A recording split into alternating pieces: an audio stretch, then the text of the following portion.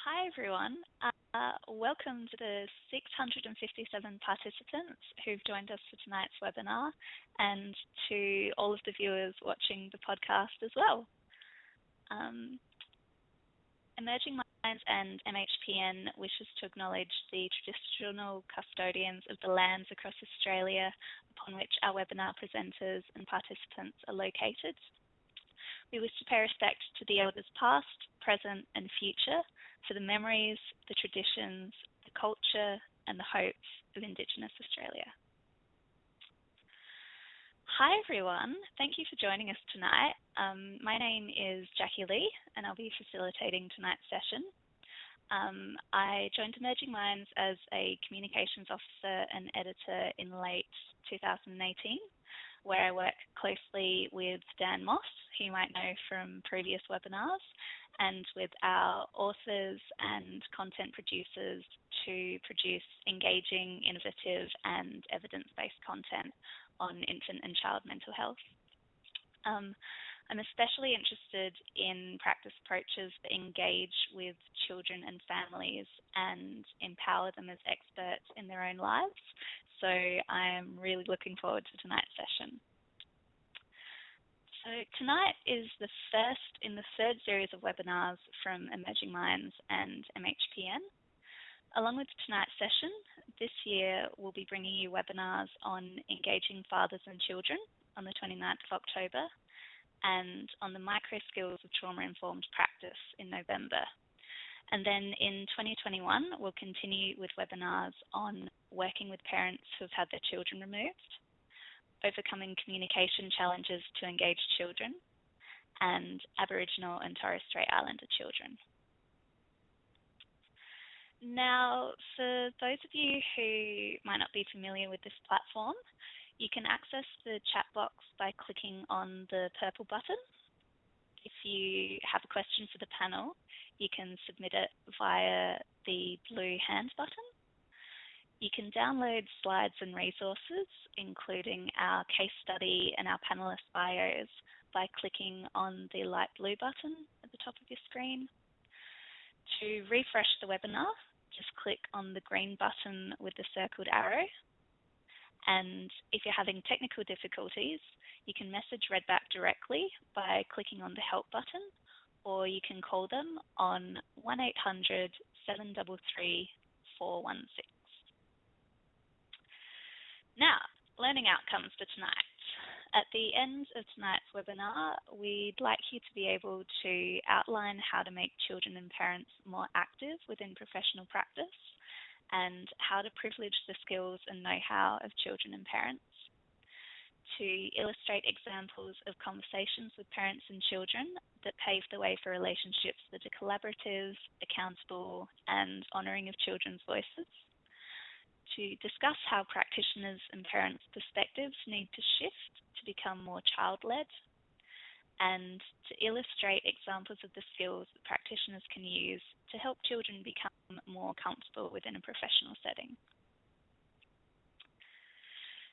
So you would have received a copy of our panelist bios with your webinar invitation. You can also download a copy by clicking on the light blue resources button I mentioned just before. Tonight we're joined by three excellent panelists who I'd love to introduce you to, maybe starting with Mr. Jaisen Mahne, our child and family partner from Tasmania. Jaisen, as a child and family partner, what have you found important in your engagement with professionals? Just to be honest with them, basically, because there's no point, having playing the blame game. In my experience, it's been better for you to be honest with parents up front about what to expect and what they expect and what's achievable. Definitely. Thanks, Jaisen. Our next panelist is Olivia Clayton, a clinical psychologist from Victoria. Olivia, one of your roles is as a practice design specialist at the Parenting Research Centre. How does this role inform your clinical work with parents and children? Yeah, well, for those who don't know the PRC, it's a not-for-profit independent which seeks to support children to thrive by driving new and better ways to support families in their parenting.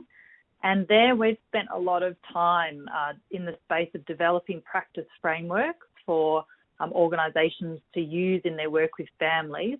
So the how-tos of being collaborative, but specific to particular services. So I guess how that informs my clinical work is that I get to use the practices which we develop, and I get to test them out a bit and know how it feels to be the clinician. And I would say that, really as a result, the idea of bringing a collaborative partnership approach to my work in the clinic is right up there, top of mind in everything that I say and do. And I'll just say I'm a psychologist, not a clinical psychologist, just a psychologist. Sorry. That's right. Cool. Thanks, Olivia. And finally, we're also joined by Dr Melinda Goodyear, a researcher with Emerging Minds based in Victoria. As a researcher, Melinda, you specialise in exploring vulnerability and resilience in families with complex needs. What are some of the key messages you've discovered so far through this work? Thanks, Jackie. In the space where I've been in, it's really mainly families where there's vulnerability, I guess, to children's mental health, so parental mental illness, substance abuse, trauma, those sort of things. And there's some commonalities there across those families, and there's a lot of crossover as well. And I guess what the key messages are is that often these issues are intergenerational. So often they'll have experiences, parents will have experiences like the children are having experiences now. And really thinking about breaking that cycle, it really needs to be a whole of family approach. One of the things that I find a lot in my work is the sense of shame and stigma in these families, and you really have to hold that in mind when you are talking to children and parents in these families. And I guess the main message really is that most parents and children are doing their best given the situation that they're in. They're often lacking the resources of other families, I guess, and it can be really powerful for these families to just acknowledge that they're actually doing okay, and that they have the ability to achieve their wishes and goals, I guess. And it's really a very important step, breaking away from that disempowerment I think I'm finding that these families are experiencing. Yeah, definitely. Thanks, Melinda. So tonight's webinar is centred around our case study featuring Zac and Helen. Helen has paid a visit to her GP to ask for her son Zac's ADHD medications be increased, as he has been acting out more recently and she's struggling to cope. Helen has recently separated from her partner, Michael, who had used his relationship with Zac and Zac's brother to conceal his gambling debts. I'd now like to invite Jaisen to kick off the first part of tonight's presentation and give us an insight into what the family might be feeling in this situation. Welcome, Jaisen. Thank you. Okay, so when meeting with Helen about her concerns for Zac, I think it's important that the practitioner explores the family circumstances. So don't just rely on the referral description. In my experience, discussing the family dynamics and issues surrounding the problems often allows for a broader discussion. So it's important to acknowledge Helen's concerns, but it's equally important to go deeper. So obviously there, you want to know, what has Helen noticed about Zac's behaviour, when did it start, those sorts of things, because you want to get a fuller picture, and at this point in time, it's only Helen that you're getting the story from, so you need to get as much information there as possible rather than just diving in on prescribing the ADHD medication or whatever. So it's important to acknowledge Helen's concerns and find out what it is that's really bothering her about Zac's behaviour. So what we want to do is encourage Helen to think about Zach's feelings. Obviously, there have been some big changes going on in Helen and Zach's lives, and how Helen's relationship ended with Michael has had a big impact on Zach. But Helen's very angry. She's upset. And it's important for her to think not only about her reactions, but to also understand that Zach is upset too. What I've found is sometimes as a parent, we forget about how events that occur in our lives impact on the children because we're too caught up in our own thoughts. So in Zach and Helen's case, what you would want to do is find out more about what Helen thinks. How's life been for Zach, particularly? So a good question to ask is, when did this behaviour begin? And then tying that back, perhaps if she says, look, 3 weeks ago when Michael left, then we've got something to correlate between, Zach's been acting up since then, so maybe there's something going on there that they haven't really been discussing between them. And we want to find out how that's impacting Helen's parenting. Obviously, through the case study, she's quite angry with Zach and his behaviour. But we want to encourage Helen to respond to Zach in a positive way and not in a negative way, because that's not very helpful, obviously. So I think it's relevant that Helen has asked about Zach's feelings, when the behaviour started and why it may have begun to deteriorate. Ideally, you want to tap into her love for Zach and for other children and ask her to consider their emotional state. Perhaps Helen can ask Zach what's troubling him, rather than making assumptions that he's just being naughty or having a problem with his medication. And what we want to do is, find out how he felt about Michael leaving, and how can Helen help Zach get through this. Helen could ask him if he'd be interested in talking to someone who could help, and this serves as a way that Helen can show that she's concerned for Zach and wants him to be able to access help as well. I believe it's important that Zach is given a voice. That's absolutely the most important thing of all, is that the child gets a voice. Very often they don't, and the parent, for whatever reason, doesn't disclose what's going on, and the child seems to get lost in the background. So you want to find out his feelings, his experiences are very important to hear and include in the conversation, and find out his perspective. And Zach is likely to think he's a bad person, that he's in trouble, and we want to find ways to reinforce to him that he's not a bad kid, and that what has happened is not his fault. So whatever the format is, it's vitally important to work together so that both Zach and Helen feel included, coming up to a way forward that works for everyone, with Helen learning about Zach's feelings and insecurities, and Zach understanding his mother is stressed and upset, that there is room for mutual understanding and compromise.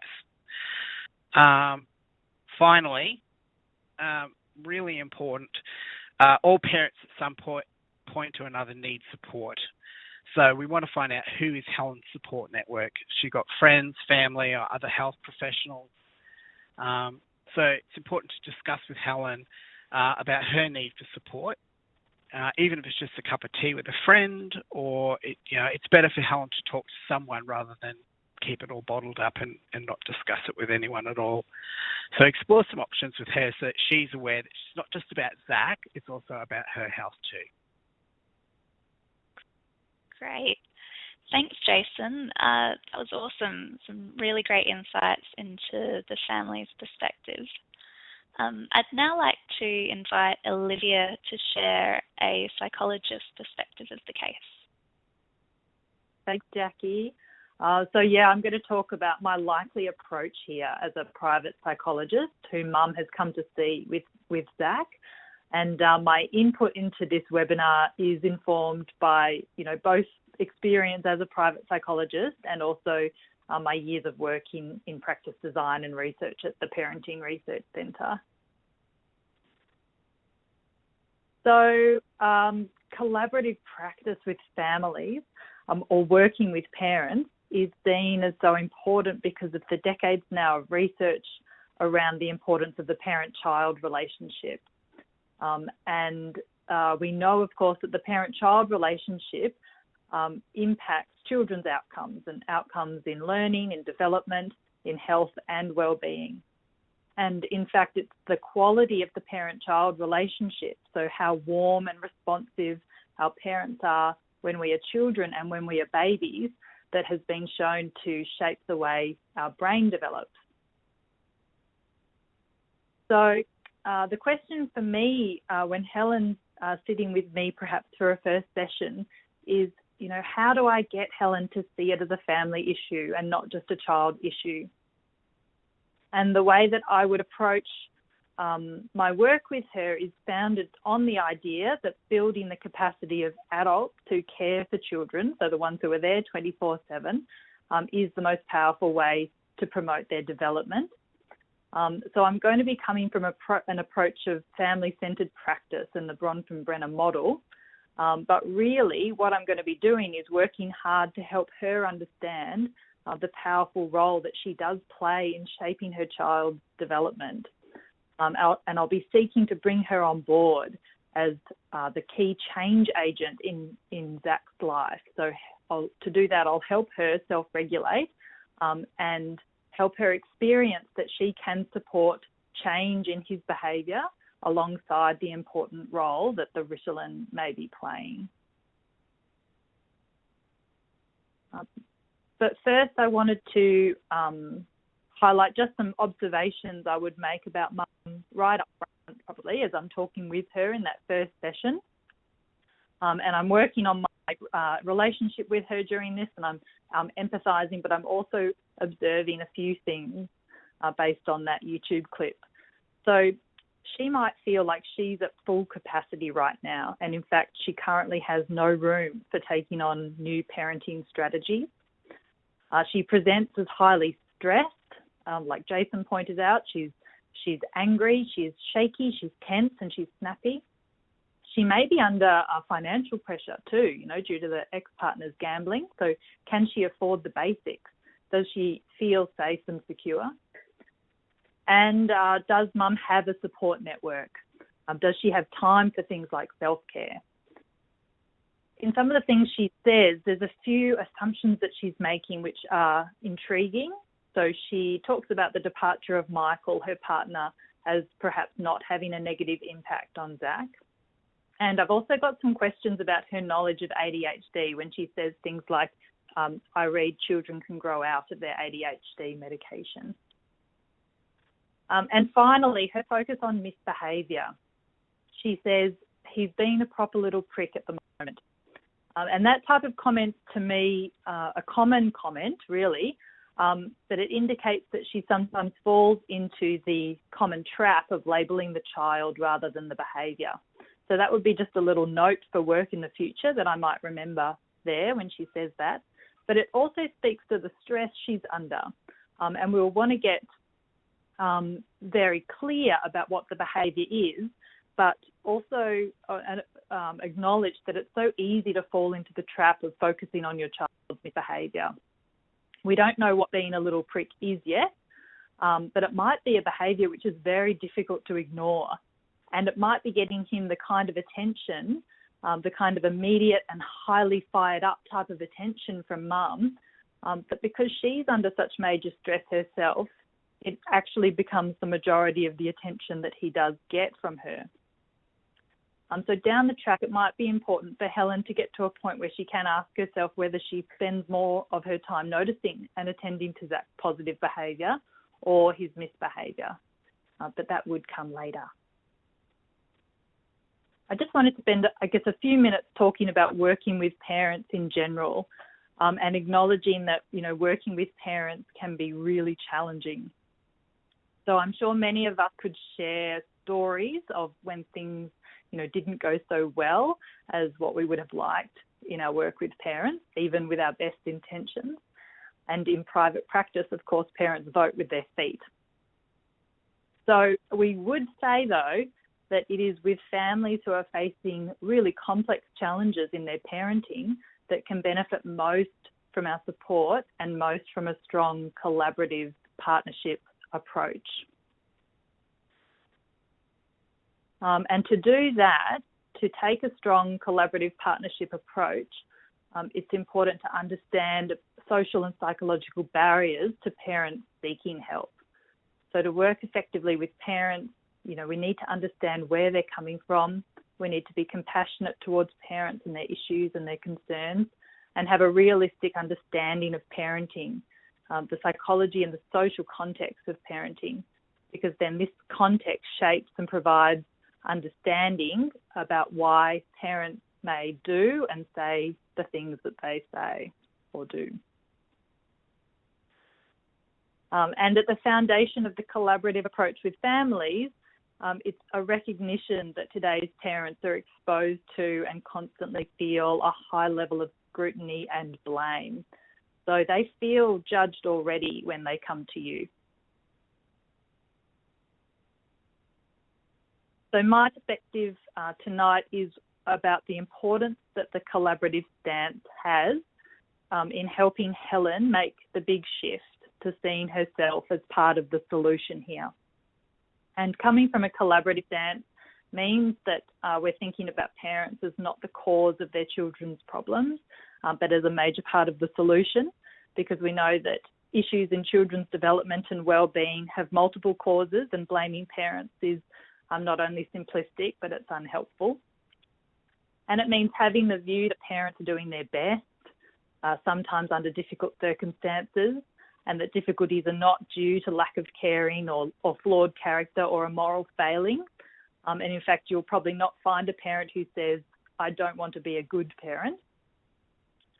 And we need to view unhelpful and even potentially damaging things that parents do in light of, the individual and the context that they're in. So adopting a non-judgmental and accepting attitude with parents is critical to effective collaboration. We won't always agree with the parent, but we always need to work to understand why the parent's behaving the way they are. So the collaborative practitioner assumes that families, even families that appear to be really struggling, bring a range of competencies to the table that can be identified and used and grown. And that third point there is about knowing that effective parenting comes in all shapes and sizes. So it's better to focus on the function rather than the form when it comes to parenting behaviours. And there are many ways that parents can achieve essential elements of effective parenting, and these ways are shaped by culture and experience. So, for example, of course, the way affection is communicated can look very different family to family, culture to culture, different cultures. So finally, the collaborative stance is about knowing that parenting is learned and learnable. That's key. So the way that someone parents is influenced by their own history of being parented as a child, their culture and beliefs, and a range of other factors. However, the most important factor shaping parenting is experience. So parenting is mainly learned on the job through the process of parenting and interacting with a child. And as such, we know it is possible to deliberately develop and refine parenting skills through trial and error and support and practice. So that ends the summary of my approach. Thanks, Jackie. Great. Thanks, Olivia. There were so many great insights there, and I look forward to unpacking them more in the Q&A part of tonight's session. Finally, I'd like to invite Melinda to take us through the researcher's perspective on tonight's case study.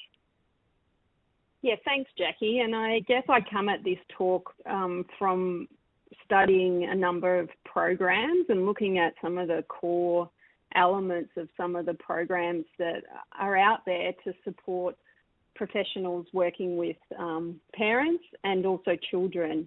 And through this part of the presentation, I really want to highlight how do we capture the child's experience. So I guess the case study for me really highlighted, yes, it's the complex context, but all the players in that actually can have different contexts and have different views or context influencing their views. So there's Helen and her context, but there's also the doctor, the practitioner that Olivia was talking. They're looking for things as well to try to work out what's going on, and they're not necessarily passive in the relationship. And in fact, Olivia was talking about the importance of collaboration, and that's one of the things that's coming out, that collaborative practice is a great way to go in these tricky conversations.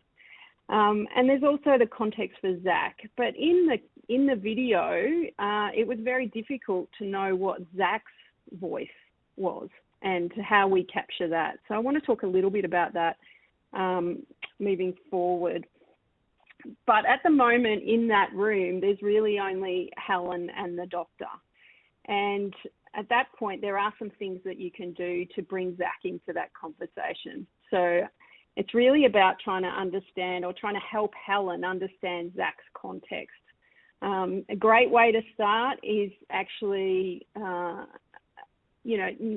not delving into the tricky conversation straight away. Start with Zach's daily life. What is Zach's daily life like? And some studies have really found this is really helpful because you'll get information, I guess, about the child's ecology, other contributing factors, and it helps Helen see the circumstances that Zach is in. Oops. So if there's time, a doctor-parent relationship, they're quite short, but there are some programs out there, and Emerging Minds does do training in a program called Let's Talk About Children, and there's also a Perks conversation guide that you can find through other e-learning programs that they have. And they really talk about an approach to have that initial conversation with Helen. So asking Helen what's working well, what's not going so well for Zach, what's important, talking to Helen about taking the perspective of Zach, I guess. What's important, what does he seem to enjoy, what makes him happy, and how's he managing his emotions? How does he manage to calm down when upset?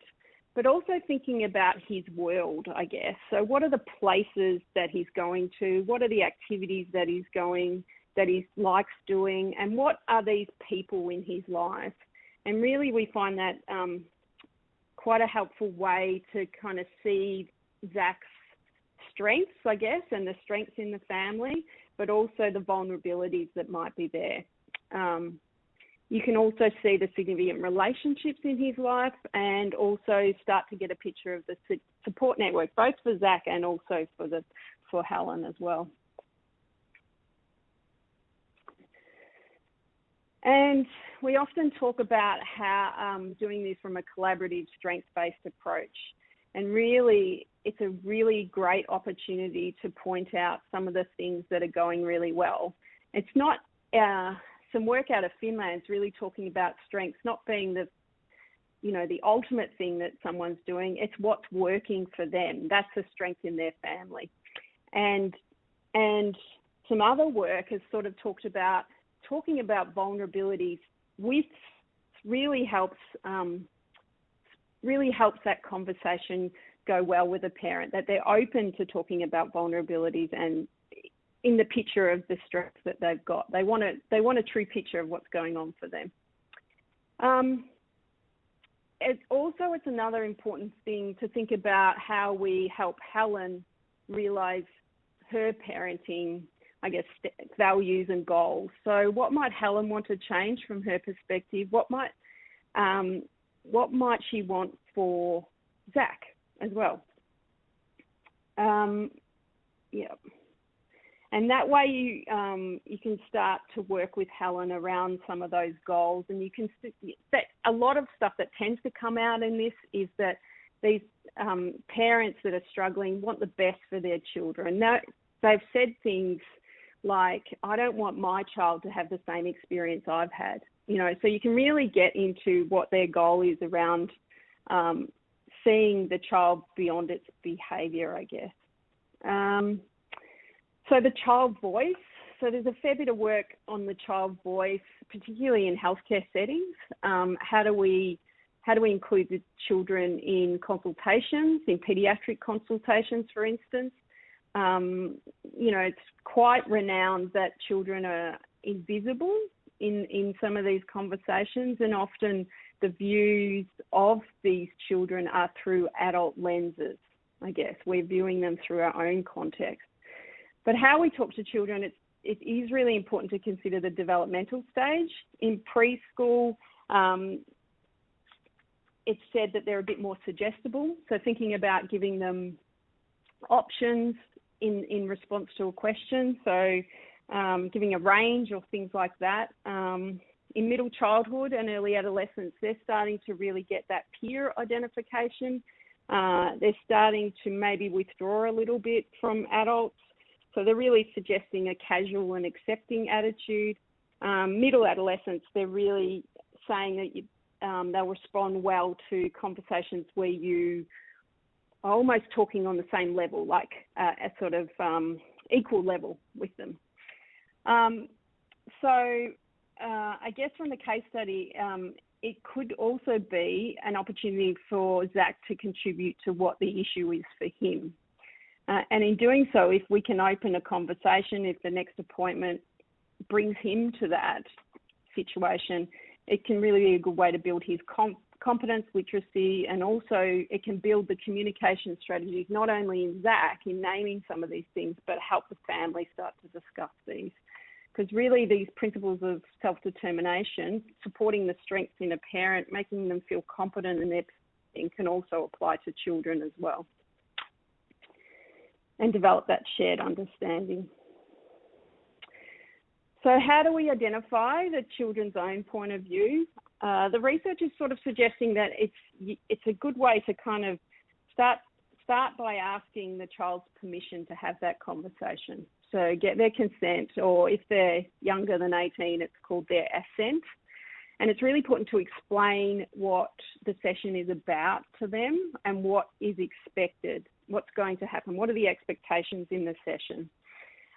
Think about ways that you can build trust and rapport in the beginning of that conversation. A lot of people start with activities particularly around the child's interests, and also things that are really important to think about is the social and cultural context in which those children live, because that influences their knowledge and also their views.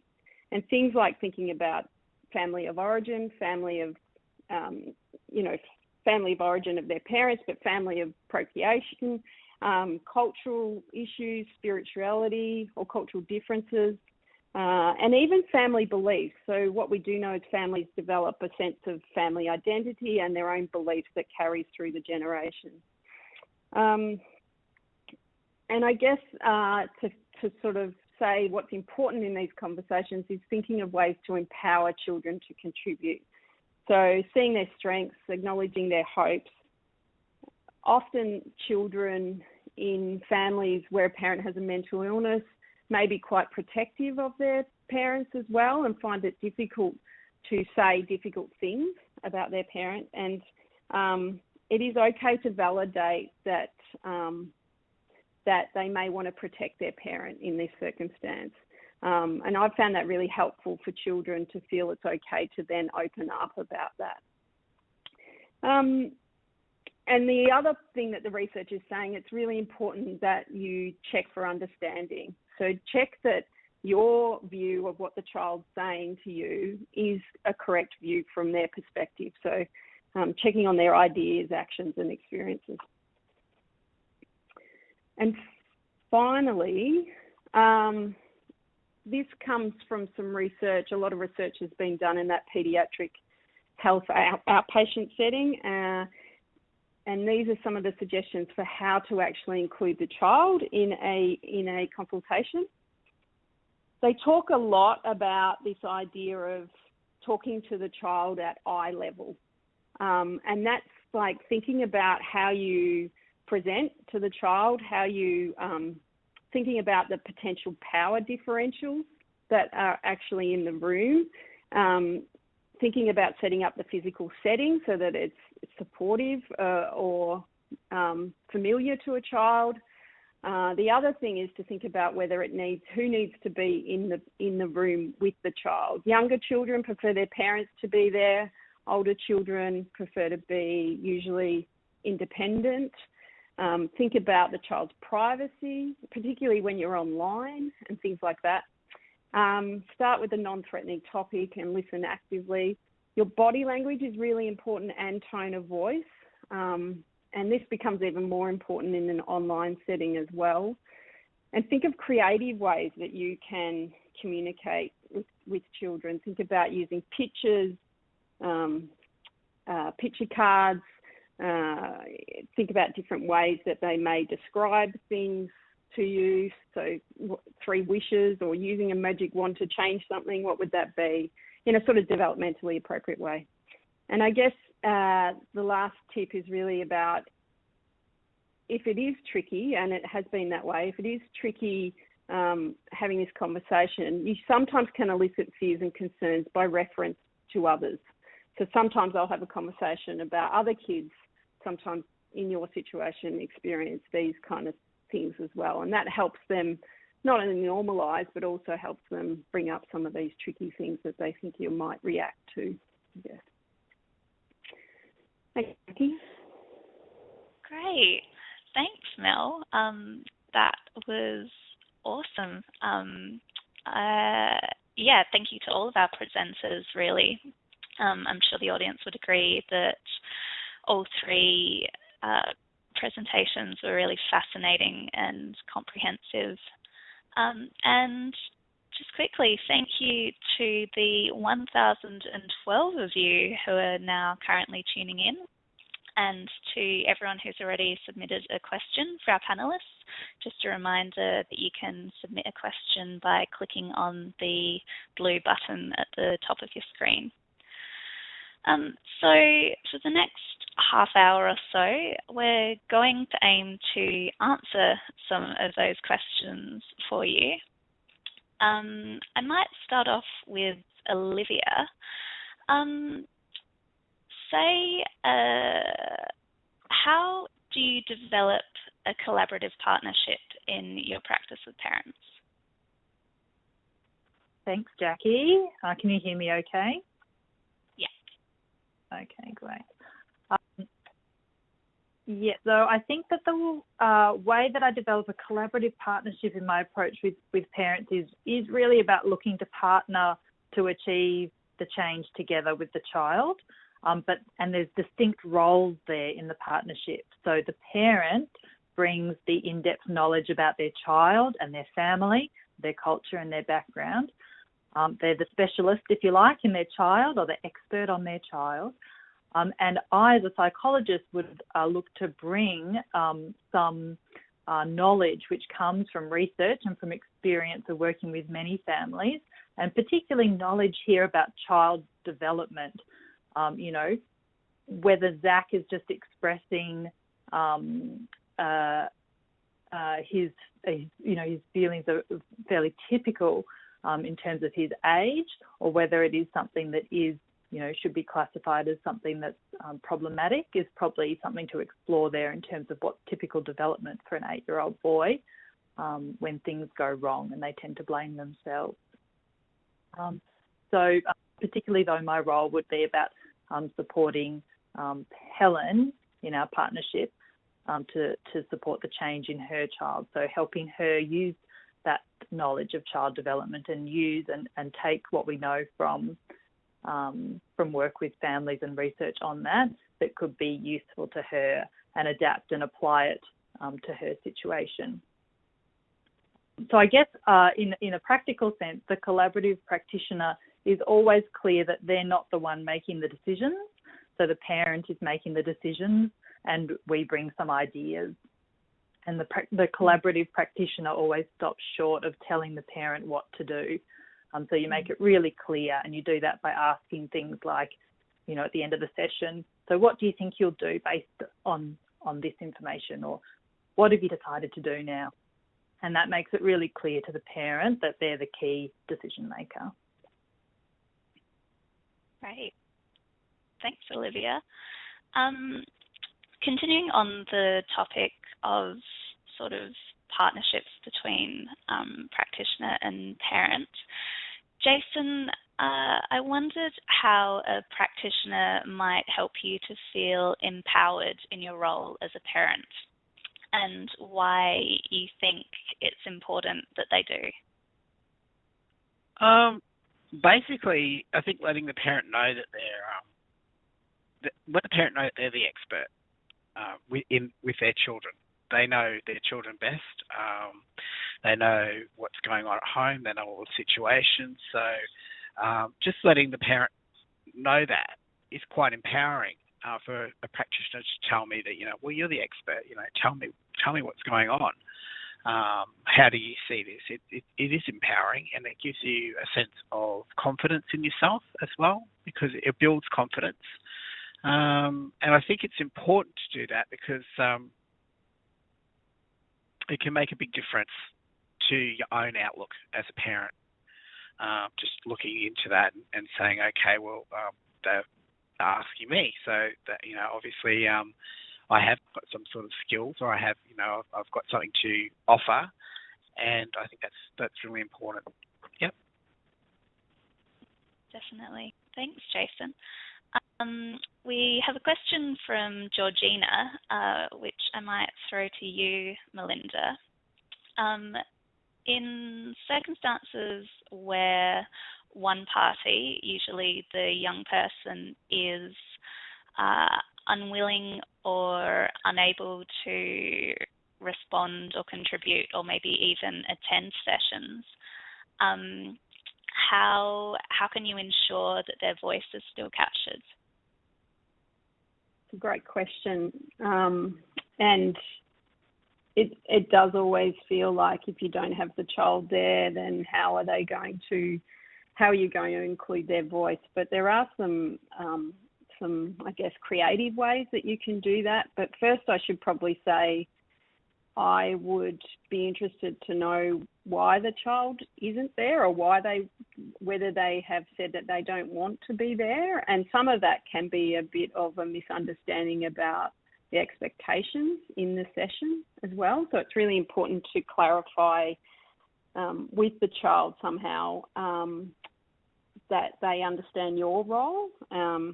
It's also good to work through the parent. This can be really powerful in a family, is work through the parent to understand the child's voice.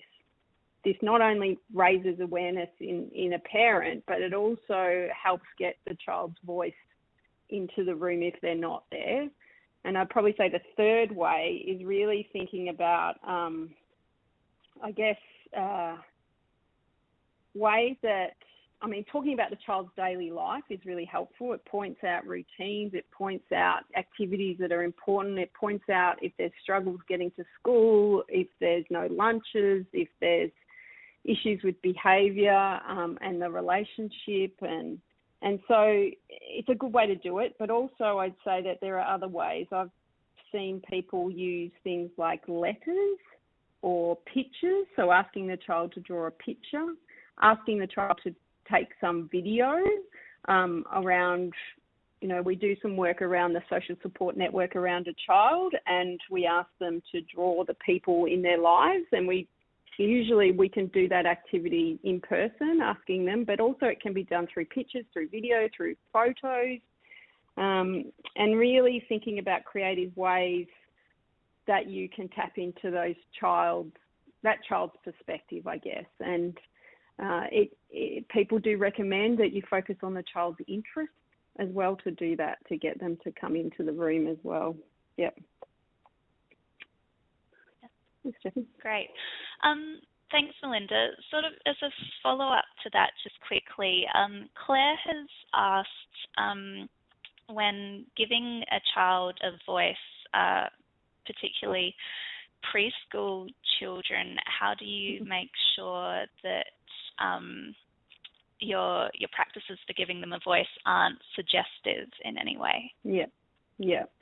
So that's really good, because that is one of the issues with younger children. And I think I might have touched on it before. They recommend thinking about giving children options to decide the answer to the question, if that makes any sense. So sort of, or a range that they can respond to, rather than asking a direct question. Or it's thinking about the way that you can involve their decision making, I guess. And that suggestibility is a real issue for young children.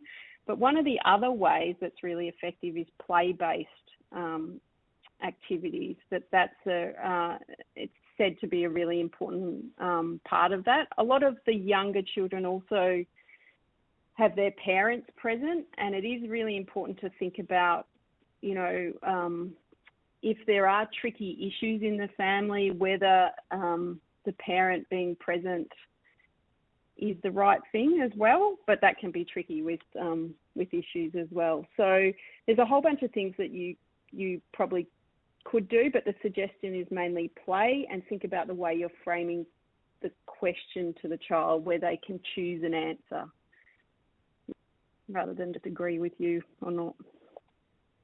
Does that make sense? Definitely. Yeah, I think so. Hopefully Claire agrees. Yeah. Thank you. Damien has asked just around how you might involve the child's teacher in a situation like this. Jaisen, would you like to take that one? Yeah, sure. I think it's extremely helpful for her to get the perspective of a teacher or teachers, especially if there's a child of school age and they're not within your scope of what's happening during the day. You might be at work or at home or wherever. You're not seeing what's going on during the school hours, and the teacher might have insight into some behaviours, if there's bullying, if there's distraction in the classroom, if there's problems with learning. So I think if you can get the teacher's input, that might just be through a letter to the psychologist or to the practitioner, giving some idea, giving some input into that situation. I think that would be really helpful. Yeah. Yeah, definitely. Thank you, Jaisen. Now, Olivia, I might just go back to you for a second, if that's okay. Kerry would love to know what sort of evidence-based approaches or therapies you might use in this situation. Yeah, sure.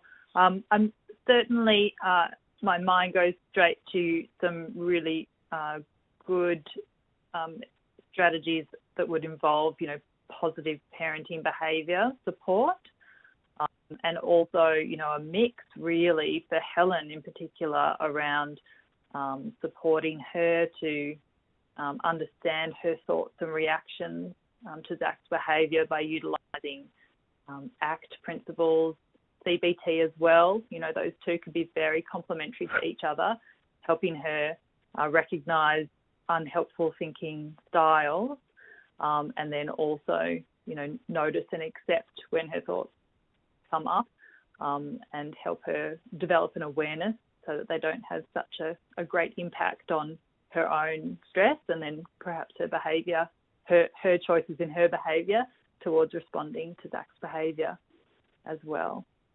But yeah, certainly, the parenting style work, the work in helping parents understand the importance that their attention can play in the parent-child relationship that they have, and how that actually they can really positively use that attention if they have particular behaviours that they want to increase, being able to give their child positive attention during those times. So that sort of stuff is based on a lot of people's work over the years. Mark Dad's is a great one there to look into. Cool, thanks. I might throw this question from Lucy open to the panel. Lucy says she works as a school counsellor with primary and high school children and has very limited contact with the parents, usually just a 30 to 60-minute parent interview prior to starting 6 to 12 individual sessions of counselling with the child.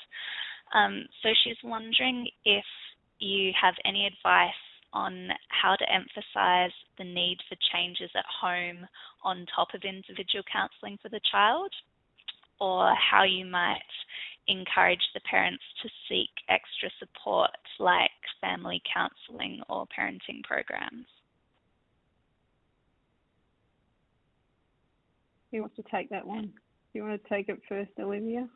Yeah, I could take that. I could talk, I think that's a really, really tricky and common situation that people find themselves in. You know, as a practitioner, you only have relatively brief interactions with the family and you have no control over the environment.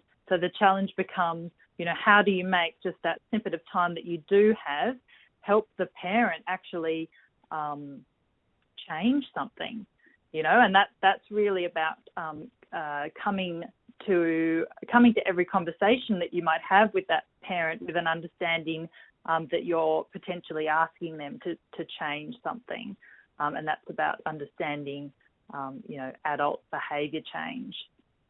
So for me, I guess it comes back to the attitude in everything that you say in that conversation with the parent. So in the way that you're talking, you're thinking about parenting as being a part of the solution and not the cause.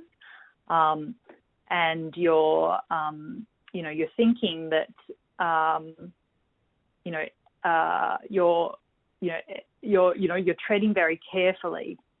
Like there's I guess a consciousness that you have that you're building the relationship with this person in everything that you say and do. You know, the partnership that you'll have with them is going to be so important for helping that parent make any sort of change. I can follow that up, Olivia, that there is some interesting work that is happening. It's overseas at the moment, but they're thinking of bringing it to Australia where there's a conversation, I guess, between the teacher or a counsellor in a school with the parent, where the essence of it is that you're both partners in supporting this child. Does that sort of make sense? So you both come together and can contribute to those questions around what the child's like at home and what the child's like at school. And it sort of is a way, it's a 1 to 2 session program. It's let's talk, but it's for schools. And it's becoming quite effective because what it does is break down that, it really breaks down the hierarchy between the parent and the teacher or the person from school or the counsellor, and it sort of gets them on the same page, I guess, around a goal of supporting this child. And so together they can talk about the things that they can do when they're with the child to help them, and it becomes more of a solid partnership. And that's shown to be quite effective at the moment. So that'd be a good thing to look into, I guess, in how maybe we can do some more work with that at Emerging Minds as well. Great. Thank you, guys. I should check, Jaisen, did you have anything that you wanted to add to that? Or? I think, you know, with school counsellors and things like that, they do have very limited time to speak to you. And I guess my thing would be to have those resources if you have, like, you know, say a link to Emerging Minds or somewhere like that, or links to or resources that you can give to the parent and, you know, in the discussion and say, you know, this is something we could look at together. And that way, you know, you can start a conversation around that and then, you know, carry that forward later on. Yeah. Great. Thank you, Jaisen. Question from a few of our audience members tonight, which I might throw to you, Olivia. you describe how you would work with a parent who is resistant? So perhaps someone who just wants you to come in and fix their child, and isn't really interested in sort of delving into the underlying causes of that behaviour. How would you work with a parent like that, and how might you help them to understand the role that they play in supporting their child's mental health? Thanks, Jackie. Yeah, that's a really big question. It's a good one too. And, for me, or for the collaborative approach here, when it comes to resistance, it's about finding a way to explore that resistance. And to do that, it comes back to acknowledging that there's so much judgment of parents out there that actually I'd be surprised, pleasantly surprised, if a parent ever came in seeing me not exhibiting some sort of, resistance. And just to expand on that a little bit further, parents feel judged because, every week in the media there's something new that would suggest that parents have done something wrong. Social media commentary in particular can be brutal. And even when adults make mistakes, the public discourse would often, shift back to, what happened when they were children? What did their parents do or not do that led to them making decisions that they've made as adults? And then wearing judgment is this sort of everyday experience of parents as well. In the supermarket, are people thinking, why are you bringing your child in here when we're in the middle of a pandemic? Or, you're scootering down the road with your children and someone's, pointing out to you, hey, that, you should be telling your child to have a look at driveways, they might get run over. So whenever children are being children and not following instructions, parents are feeling judged. And they also have to constantly wear the judgment of others they know too, such as family members, who offer their well-intended advice about what they should do differently.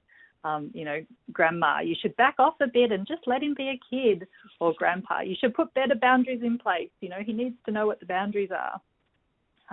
So parents often come to you, understandably resistant would be my approach. And that's because of this certain type of baggage that we all carry being parents and constantly feeling like we might be being judged. So helping a parent like Helen understand, the role that she plays in supporting her child's mental health is an approach where the relationship between the two of you is the key thing. So she needs to trust you because in fact you'll be supporting her to make changes in the way that she's doing things. That being said, also it's worth noting that change is really hard for people, and you should expect people to appear resistant if they're thinking that you're going to expect them to be making some changes, and that's normal. Changing habits is hard, and we all know that. If you've tried to hit a new weight loss goal or cut down on alcohol or of course develop a new skill, it requires a lot of effort. And changing your usual way of doing things or your modus operandi, how you respond to your children, it involves some thinking, some discomfort, and the human brain likes to feel assured and safe and in control. But changing your parenting is asking you to take a bit of a step into the unknown. Even asking someone like Helen to change what we might think is a small thing. So, asking her to notice, asking her to use something like labelled praise. So asking that's requiring her to change, to notice when Zach's behaving in a way that she likes and praise him. That might be quite a shift for her. She might have to overcome an ingrained habit of actually looking out for or being vigilant to the negative behaviour. And she'll need to do perhaps a 180 there to see and be vigilant instead for the positive behaviour. And she'll need to know what she's looking for. And then once she sees it, she'll have to do a whole new thing, perhaps stopping what she's doing getting up nice and close to him and coming up with the right words, which are genuine and enthusiastic. So I think when thinking about clients appearing resistant, it's about treading really carefully, because change is really hard. There's one thing to come to a psychologist with a problem, an irritant in your life, and you want something to be different, and quite another thing then taking on the new skills and a change, which will mean that you can deal with the issue. So that's what a parent might be appearing unsure or resistant about. I hope that answers. That's such a good Can answer, I follow Olivia. that up? Can I follow that up a little bit? Is that all right? Yeah. I wanted to say that's great, and Olivia, that's really great that there's the behavioural sort of things that the parent can do to really switch that around, and that's really helpful. We've also found that going with that, and you'll probably say something about this, is if you can connect it somehow to the parent's values or wishes for their child as well, or goals for their child, that sometimes that's really helpful in driving the behaviour change. And seeing, for instance, Helen seeing how the child is dealing with their emotions and things that they can do or they're not feeling good about themselves, and things that she can do to make a difference in her child's life, can be very fulfilling for Helen, because it's helping Helen achieve her goals around her parenting as well. I guess that's what I wanted to say. So I don't know if you want to say about that, Olivia, whether that's part of it as well. Yeah, entirely part of it.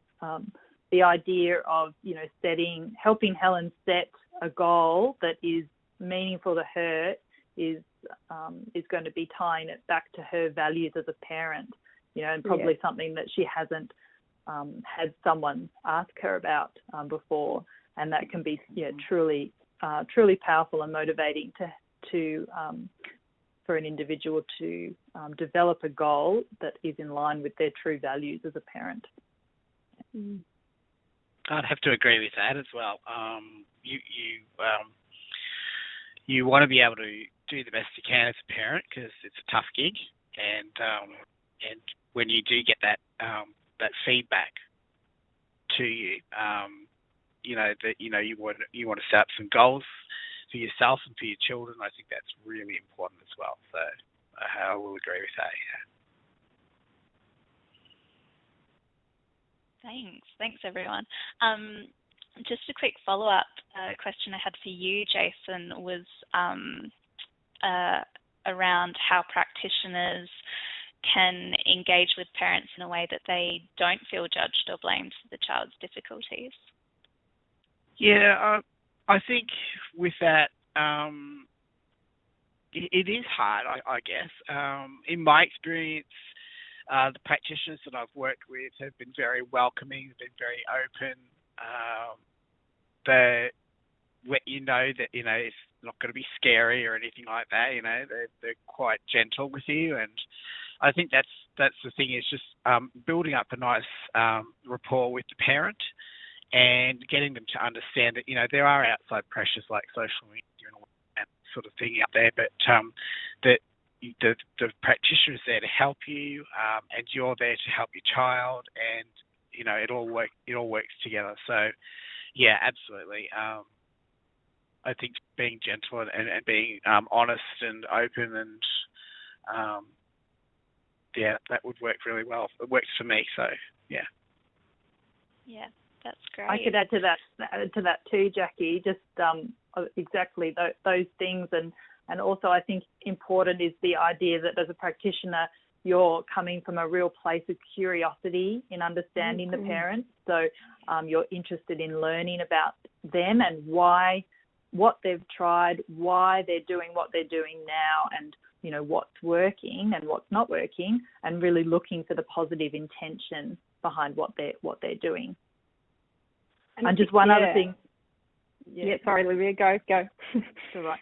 I'd just further to that is, it's so important, like Jaisen was saying, to convey this sort of this warmth, and also I think parents often really just need to be listened to. So parents can be really empowered by being listened to in a genuine way.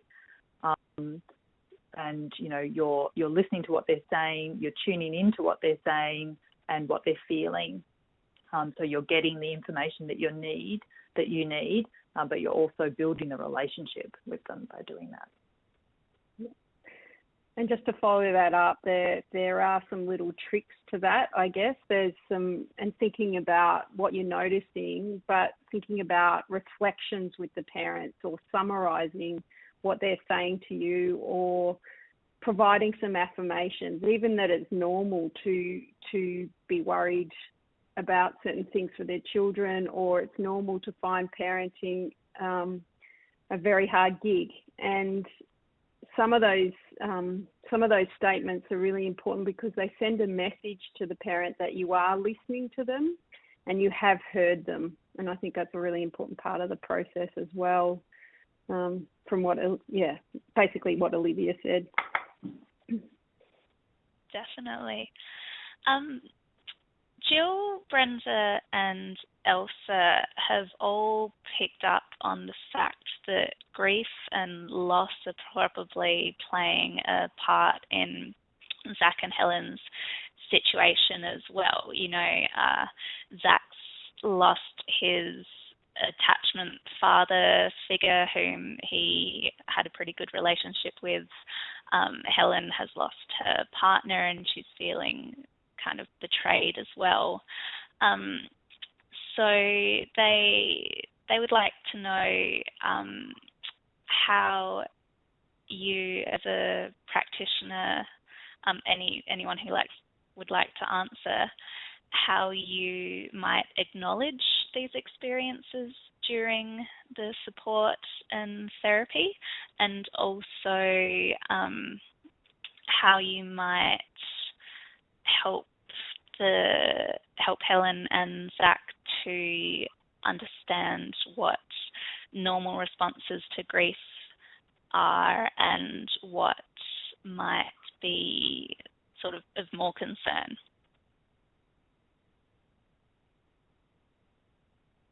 I could start here, Sorry. and just say no, and just say I think that is truly very important and at the heart of this case. And you know, it would undoubtedly, perhaps involve initially some helping build awareness in Helen, and that actually this is a change, this is a grief process that she's going through. At the moment, you know, she's is perhaps just seeing it as something necessary that she had to do. It was a decision that she made for the better to better their lives. However, it will be a long adjustment time for her. So, yeah, talking very, openly and helping her understand and educate her really that separation and adjustment and big changes like this are big for ourselves and also really big for our children, giving her some insights into that. So, Olivia, is that sort of around meaning making, helping them make meaning for what's happening to them at the moment?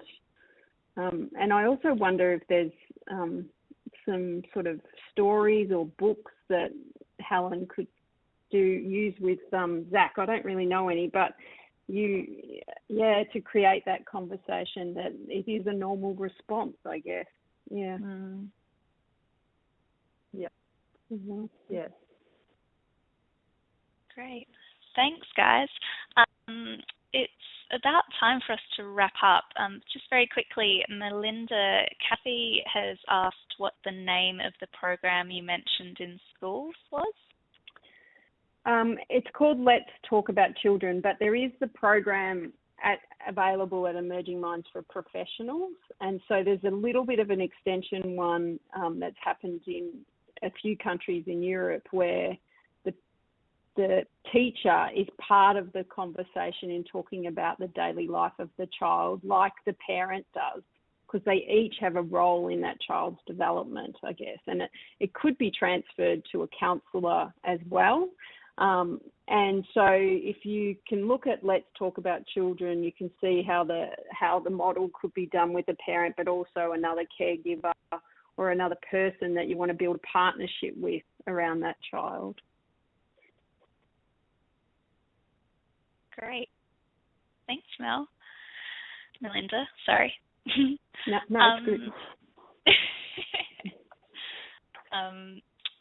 So, wow, thank you everyone for all of your incredible questions. I'm sorry that we've only been able to scratch the surface of them.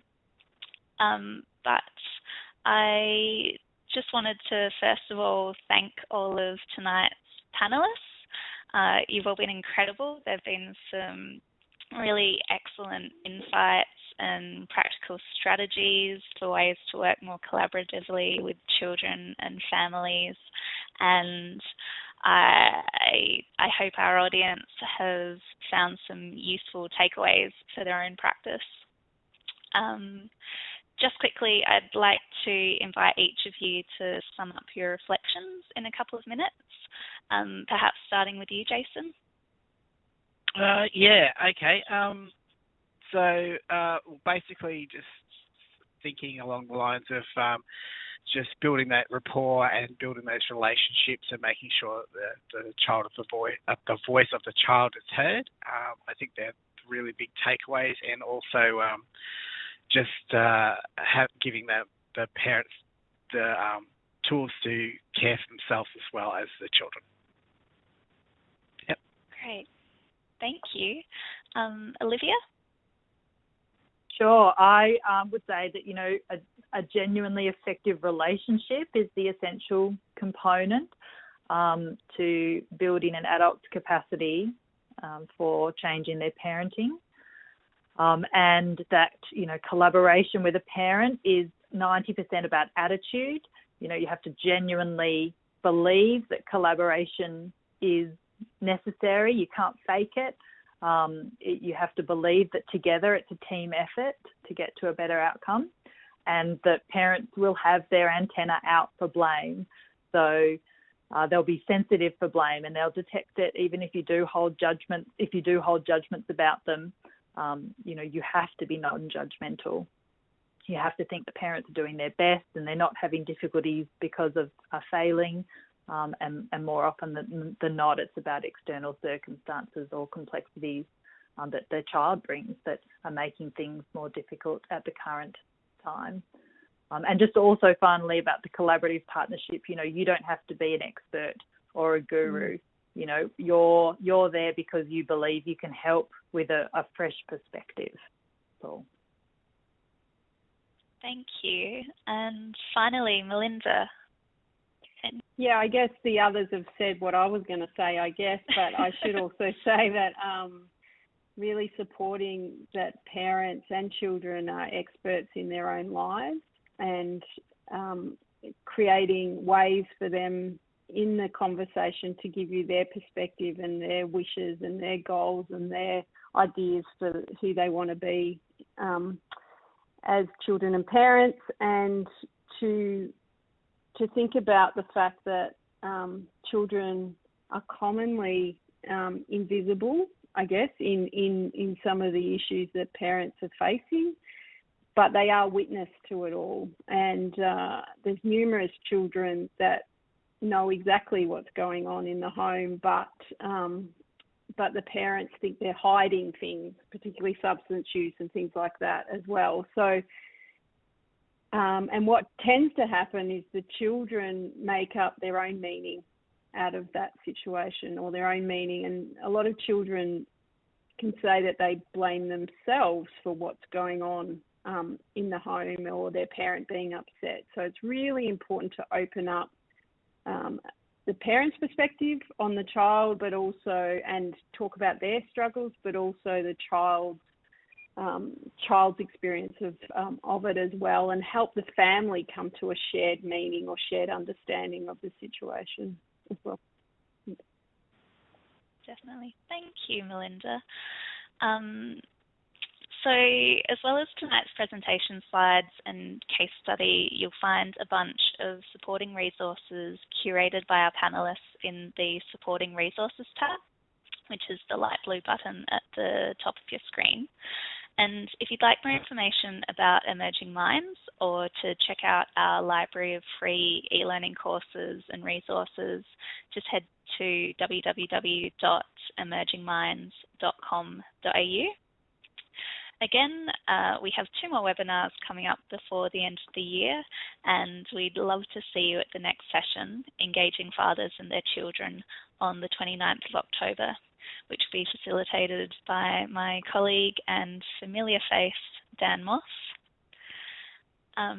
We'd also really appreciate if you could take a couple of minutes to complete our exit survey and provide feedback to help us improve these webinar series. You can access the survey by clicking on the yellow icon in the top right of your screen.